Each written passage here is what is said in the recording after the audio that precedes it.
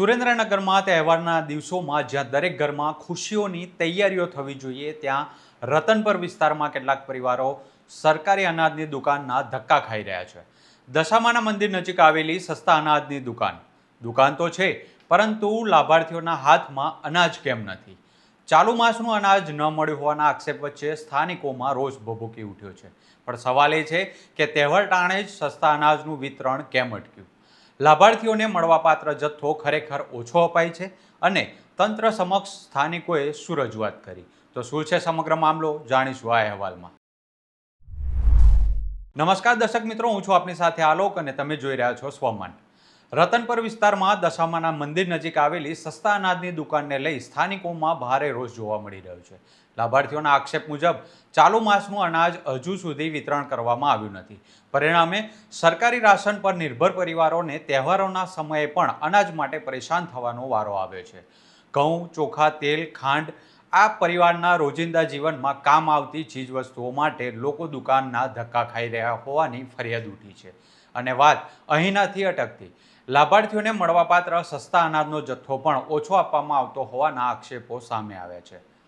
આ મામલે સ્થાનિક કોર્પોરેટરો અને લોકોએ એકત્ર થઈ કલેક્ટર કચેરીએ રજૂઆત કરી છે.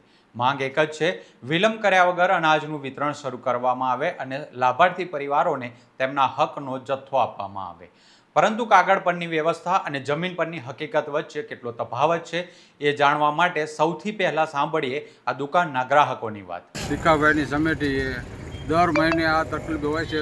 20 તારીખ પછી જ અનાજને એવું બધું લાવે ને તહેવારોમાં મોટી માથાકૂટ છે એમની, અને એવા જવાબ દે છે તમારે જ્યાં જાઓ ત્યાં જાઓ, અમે નથી દેવાના.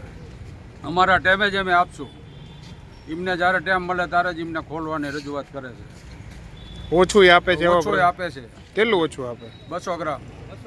શું કે જે આવતું હોય એ જ આવે. તમારે જ્યાં જાઓ અહીંયા જઈ આવો. મંજીભાઈ રોજા છે. અમારે ભીખાભાઈની આ કાર છે.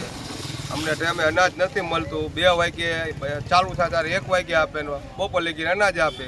અત્યારે 2 વાગ્યાથી આવે. 300-400 માણસ નહીં તો હોય.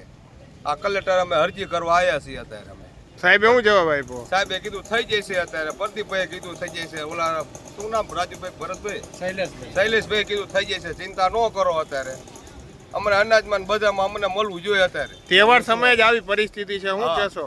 તહેવાર અમારી તહેવાર ઓલા ઉપર જ પરિસ્થિતિ આવી થાય છે. અમારે કઈ મળતું નહીં, અમે દેતા નથી. બીજું શું, ધક્કા ખાવી 4 દિવસ. શું નથી મળતું? પણ અનાજ કેટલા દિવસથી નથી મળતું? મહિનેથી નાવી હાટો ખાવી હિમ કા ચારના દી થયા, પછી પેલી પૈ દેતા નથી.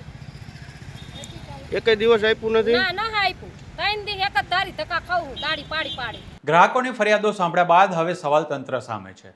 તહેવારના સમયે જ જો સસ્તા અનાજની દુકાનમાંથી અનાજ ન મળે તો જે પરિવારો આ વ્યવસ્થા પર નિર્ભર છે તેમની મુશ્કેલી કેટલી વધી શકે તે સમજી શકાય છે.